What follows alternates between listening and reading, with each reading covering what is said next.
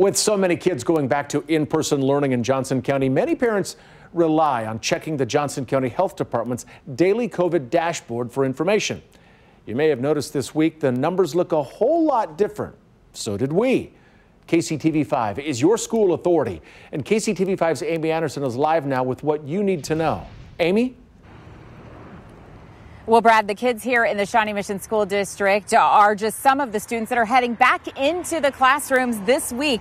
And the numbers so many of us have gotten used to checking every day have changed. Right now, we are fairly steady. But if we don't continue with safety protocols, we are going to be in trouble.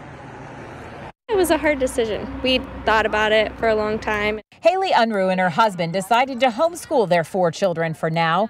She and so many other parents say safety is top of mind and agree that sometimes the information we get is confusing. I don't think I've ever gotten a straight answer and got the same answer from the next person I talk to. That's why the Johnson County Health Department says it wanted to change the way it presented its COVID information. They wanted to keep it more in line with KDHE. You can see back on October 2nd, the positive 14-day average was 11.8%, and just days later, it dropped to 6.6%. That's because of how the numbers are being calculated and presented. The Johnson County Health Department says to make it easy on yourself, focus on the incidence rate, not the positivity rate.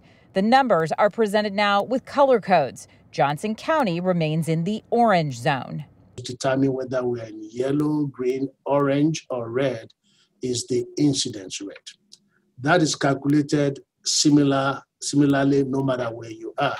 It is the number of cases that you have within a period of time that is normalized by your population.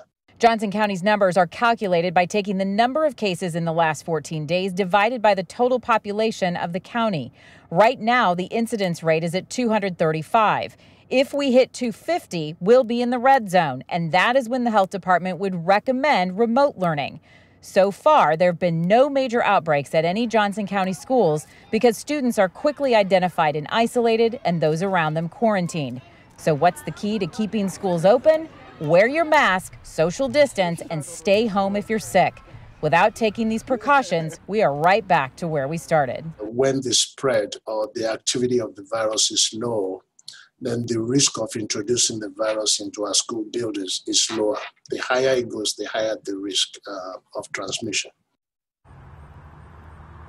So again, for parents, instead of watching those numbers, check the color codes and take note of whether we are trending up or down. That'll give you a very good picture of where we stand.